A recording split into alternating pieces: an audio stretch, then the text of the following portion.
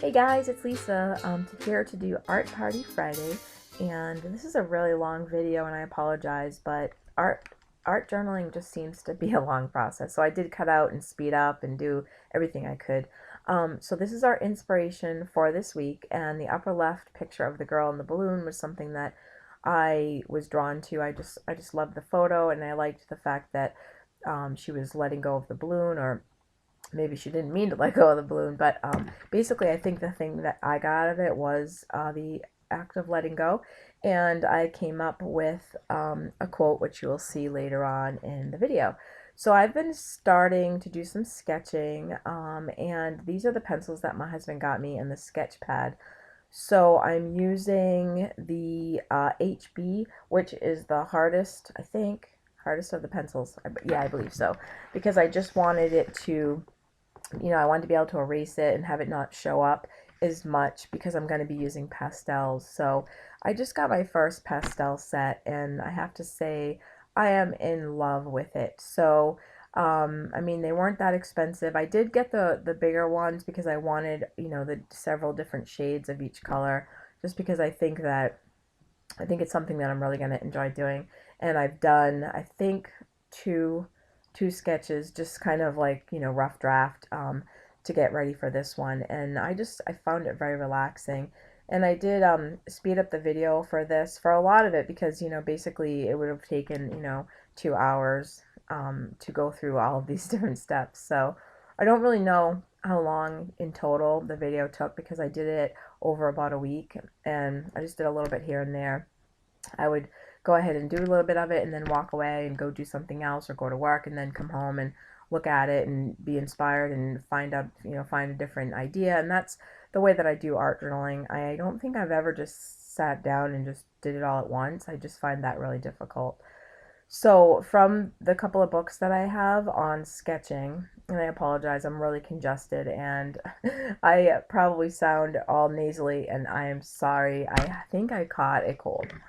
But anyways, so from what I'm learning about sketching is that, to go ahead and divide the face into four quadrants, and then, there's a special way you measure down, which I believe is the nose is like halfway between the eyes and the chin, so on and so forth. So that's why I have my ruler, and right now I'm trying to get everything lined up. I have my eraser there because, it's like trying to get things the right proportion, and you're just kind of doing it by freehand. And where I'm pretty much a novice at, no, I'm new at this, so I guess you would say a novice at this. So basically, I don't, have the skills and the technique down yet, which is fine because I think it's going to be a fun journey. And so I'm going back and forth, and it's funny because I didn't really have a picture in my head of how this girl was going to look. I just tried to kind of wing it, and I used some ideas out of a book and just to get the basics. So, right there, I've switched to pastel pencils. I didn't get a lot of them. I just got like black, white, a couple of blues, and a green. I just figured it was something to do like around the eyes and for small areas. And then I think that was it. But when we went down to Florida, I visited this scrapbooking store down in St. Pete. It was amazing. It's called Whimsadoodle, and if you're ever down in that area, you got to check it out. It's like the biggest store I've ever been in for scrapbooking. I mean, I'm not talking like square footage, but they had every new collection. I've never been in a store where they have that. I go to Michael's. We don't have a lot of stuff around here, so I was really surprised, and I had, saved my birthday money, and, went in and just bought some really fun things. So that's where I got my pastels, and I ended up using them on the plane ride home, which was pretty relaxing just to sit there. And of course, I think I probably made a mess because they're a little bit messy. There's like, chalk powder everywhere, but I tried to keep it under control. And right now I'm making a braid. I wanted her to have a braid, and I know that it's hard to see the pencil marks. I didn't zoom in for that part, but I guarantee you pretty soon you'll be able to see. And I wrote really lightly because I didn't want to have it too dark, so that when I did add the skin tones and the highlights and the shadowing and stuff, that you wouldn't, the first thing you don't wouldn't notice was the pencil. So I know it's hard to see, as I'm like right now I'm looking at it, I really can't see the braid. Those are my pastels, look at all the colors, aren't they gorgeous? So yeah, I for this part I zoomed in because I thought, well, it might be nice if someone's interested in using pastels. Like I said, I'm new to this, and I don't know all the techniques and things like that, but this is just what worked for me. I went ahead and just used that color where I should say the darker areas were in the face, because there's other colors I use for the shadows. So that's kind of like I don't know, like an orangey type skin flesh tone. And since then I've picked up another color too, and I think it's going to match up even a little bit better, which I'm really pleased with this. But, there's just so many different colors. It's hard to control yourself. So there I'm just working on her neck and chest. Basically, I end up cutting this out because I'm working on sketch paper, and I thought maybe I'd want to add some mixed media. I didn't end up doing that. I kept it fairly simple, but I ended up cutting it out. So here I'm adding some shading, and from what I learned, it's kind of like, purples and pinks. And, it's so funny because at first I thought, well, that's the weirdest thing I've ever heard is why would I put like purple on someone's face? But I think it's like the natural colors. And, we always just think of our faces as, um, peach maybe and nude tones like that. But, and like I said, oh, these are a little foam. It's like they make them for pan pastels so that you can use them for what's I can't think of the word I'm thinking of, so you can like kind of smudge it in a little bit. I'm having a brain cramp. But those, actually, I bought those and they have different heads that you can put on so you could actually reuse them. So I just kind of pop one off and put it back in the container, and then I can go ahead and use it for the same color again later. So here's that purple, like I said. And the purple tends to be quite a big part of this art journal page. So, what else did I want to tell you about the colors? There was something else I was thinking of. I'm just kind of defining the kind of the edges there a little bit, just so that I can see where I'm going with the sketch. And it's so funny because you know how like scrapbooking takes you in places that you never realized that it was going to take you. Well, it's kind of like that with the sketching, because I mean, I went from knitting and spinning to, some photography, and then right to scrapbooking, and I just never thought I would even enjoy it. So now I find I'm like binge watching all these videos on YouTube, and my husband is so cute because he's like, I got you these sketch things, and I really want to try it because he used to dabble in art too. Trying to get him back into it, but he's just so amazing, and came home with the pencils, and I had a little pencil case, and I felt like I was like a little kid on the first day of school. Anyway, so here I'm adding that green. I wanted her to have like an emerald green eye. And also I'm leaving a spot there for the highlights. So that's basically just something also that I learned, is when you're doing the eyes and mouth and things like that, you can leave the spaces so you're not trying to put the white highlights over the color of the eyes, which is almost impossible, I found, with the other couple sketches that I did. So here I'm just kind of toning down that purple a little bit because like I said, I'm new to this, so I felt like maybe it was a little bit dark. And I mean, that's a good thing about pastels. I mean, I have those little foam makeup foams, the like little triangles, and I found that those take off the pastel totally. Which, I mean, if anyone is ever interested in trying the pastels, then yeah, I bought them at like TJ Maxx for like $1 for this bag of 20 or so, maybe 30, um, foam, like for makeup, and they take it off. So it doesn't come off as well with the eraser, but with those foam sponges, it's awesome. So I'm starting to like the nose a little more here, since I'm giving it a little bit more definition, because at first I was like, I can't stand the way I did the nostrils. I think it's because I had them huge and they just were like staring at me. So I just erased a little bit of that, and you just can kind of play with it. And I mean, you have an eraser. It's like, if you don't like it, you can turn the page and start over if you want. So basically, I was just kind of doing little details here and there, and I wanted to add some shadows on the end of the nose. And I love those applicator tips that I got, because those things are really good for blending. That's the word. Gosh, that was driving me crazy. Just because I have a head cold doesn't mean my head doesn't work. But yeah, they're really good for blending. And I figured where I'm going to be, doing some details, and I knew I was going to be doing a face. And actually, I really, really love sketching faces. So, if I'm sitting here at night and just kind of hanging out, my husband's watching football or something, I'll grab my sketchbook. And I mean, I think he just got it at Walmart. It's just a plain old sketchbook. And I'll just go ahead and just start sketching, and it's just kind of like therapy. It's just really relaxing. So here's the first coat that I'm putting on her lips. And the reason I say first coat is because I end up changing the color a little bit later on. I wanted something a little bit brighter, a little bit darker. And so I'm doing that. And you can see how, I mean, you can really go crazy with the details with pastels and sketching, because I mean, I did cut out a lot of this because I'm like, well, everybody's not going to want to see me being like, OCD about my girl's face. So I did cut out a lot of it, but I'm adding some highlights there with the white. And I've kind of left some spaces there, like up over her eyelid and her chin, and because I knew I was going to be adding the highlights, but I just wanted to add a little bit more white. And I'm going ahead and starting on her hair.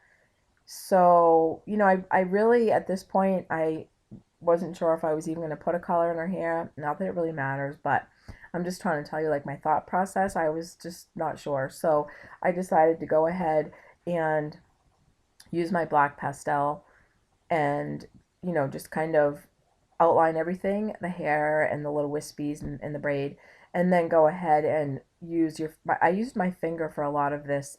If it wasn't a spot that was really tiny, because obviously around the eyes and stuff you can't do that. So, but it works out really well. You can just use your finger, you can smudge it in, and it looks awesome. So that's what I'm doing right now with her hair, because I'm really not sure what direction I'm going in here with her hair. And I know I made little barrettes, and I'm going to go ahead and leave a little bit of white space there for the highlight, and then I'm going to blend that in just so that it'll, you can't really see the strokes. And something that I did read is if you're going to be using pastels, especially like on a face, I love these Sharpie paint markers. I didn't mean to change the subject, but love them. I got them in like 5 colors, in love with them, and you can pretty much use them for anything. Um, but what I was saying is that they were saying if you're going to go ahead and use pastels and you're doing a face, and this is probably just one person's perspective from one of the books that I got, was, to do like circles, and then the lines won't show up. So I found that worked really well. So here I'm adding a little bit darker lip shade because I just felt like the other color kind of got lost on her face and it blended in too much with the skin tones that I was using. And that pink, I think I was using part of the pink uh, that I used for shadows, and I thought I just washed her face out. So here I'm making some eyelashes, and I'm just going to kind of go around the eyes a little bit to make them stand out. I kind of wanted her to look not pale, but have some really like the perfect skin. I wanted her to look like kind of like a China doll, if that makes any sense. And I didn't want to have too much going on as far as color. I mean, I ended up with some color obviously on her face, but I just wanted it to be kind of plain. And I figured I didn't want to take away too much from her eyes because I wanted her to have big green eyes. I did know that. And then here I'm just using one of my Faber-Castells, the either extra small or small, I can't really remember, to go ahead and define some of the hair. And then that Sharpie paint pen, that's one of the things that I find it's really, really good for is the highlights. So I've already cut the face out. I decided that I at this point I still don't really know if I'm using mixed media or not, but I just know that it was, a single sheet of sketch paper, and whatever I was going to use was going to, I mean, even if I used gesso, it was probably going to curl up. So I wanted to add some movement in the background. I wanted it to be abstract. I didn't want it to be like, like a blue sky and green grass. I wanted it to be like weird and different, if that makes any sense at all. But that's what I wanted. I wanted it because I mean, I just wanted it to be out there. So I'm making some purple grass, and well, I guess it's my sketch, right? So I can do it however I want to. And I was trying to create movement. I think that I did it in the sky, or the area that was gonna be the sky. And and then for the grass, I just decided to go ahead and just put some stalks there. And I wanted to use the purple, but I also wanted to add another color at some point too, because I just thought there was just, too much purple going on. And and you'll see towards the end. Oh, this stuff is so cool. I got this at Whimsadoodle. I'm showing you the name because it's by Imagine Crafts. It's called Irresistible, and it's like the only thing I could think of it. It's like oh, what is it called? The stuff that you put over stuff to make it glossy, make it look like stained glass. I'm having another brain cramp. I apologize.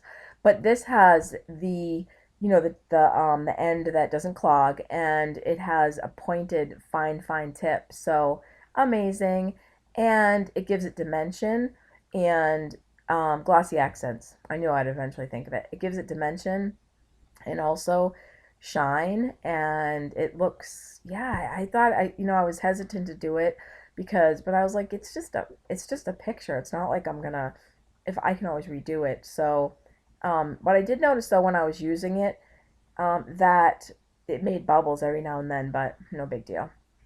So if you guys want to try this, I'm sure that you can use it on tons of different stuff like cards and stuff like that. And I think at this place, I think it was a little pricey there. I'm not complaining or anything because I mean it was an awesome place, but maybe you could find it a little cheaper. It was like $7, but I mean there's quite a bit in the bottle, and it's pretty cool stuff. Love it. Now I'm like wishing I had gotten other colors, but I'll just have to stick with the black for now. So here's where I decided to use this other color, and I had picked out a flower already, and I kind of had put it aside that I was going to put in her hair, and that color was actually in the um, hat. I'm sorry, in the flower. So that's why I wanted to add that to kind of bring it together, so that the actual sketch with the hat or the flower, which kind of looks like a hat, would kind of blend in. So where I got this flower, I just love this flower. Those ones I fussy cut out of some old paper from K and Company. But oh no, was it Kaiser Craft? It was so old I don't even know what it's called. So I hope you guys aren't curious. But I just know it was flowers. I fussy cut them out. The purple flower, it was K and Company. It was a die cut cardstock and vellum pack by Brenda Walton, and I think it's called like Garden. I'm looking at the package, but it doesn't say exactly what it's called. So, but it's like birds and trees and butterflies and things like that. So I decided I would go ahead and pick out one of the flowers, fussy cut those other flowers, and then use some butterflies. So right now I am just adding some black soot Tim Holtz Distress to the edges of everything, just to kind of have it stand out a little bit more. And I'm just trying to set up the way I want to tape down. I didn't want to use glue. I knew I only had one small piece of sketch paper, and I have to use matte medium to put her down, which I really didn't have to. I guess I could have used tape, but um and it's like I knew I had a pastel background, which I don't have a Fix-A-Tint yet. I ordered some at the local art store, but I knew that it may end up smudging and being a huge mess. So I just decided to put on the back, call it good, and stick her down. And then I wasn't going to add anything else that would cause any buckling of the paper. So I go ahead and do that, and then I did her in actually I did her in two sheets. So you'll see me kind of I cut a lot of it out, but you'll see me kind of adding some of that the gel mat underneath, because there was two sheets of paper. So I just wanted to make sure that she was strong enough. She wasn't going to like disintegrate when I tried to glue her down. But so I got her on there.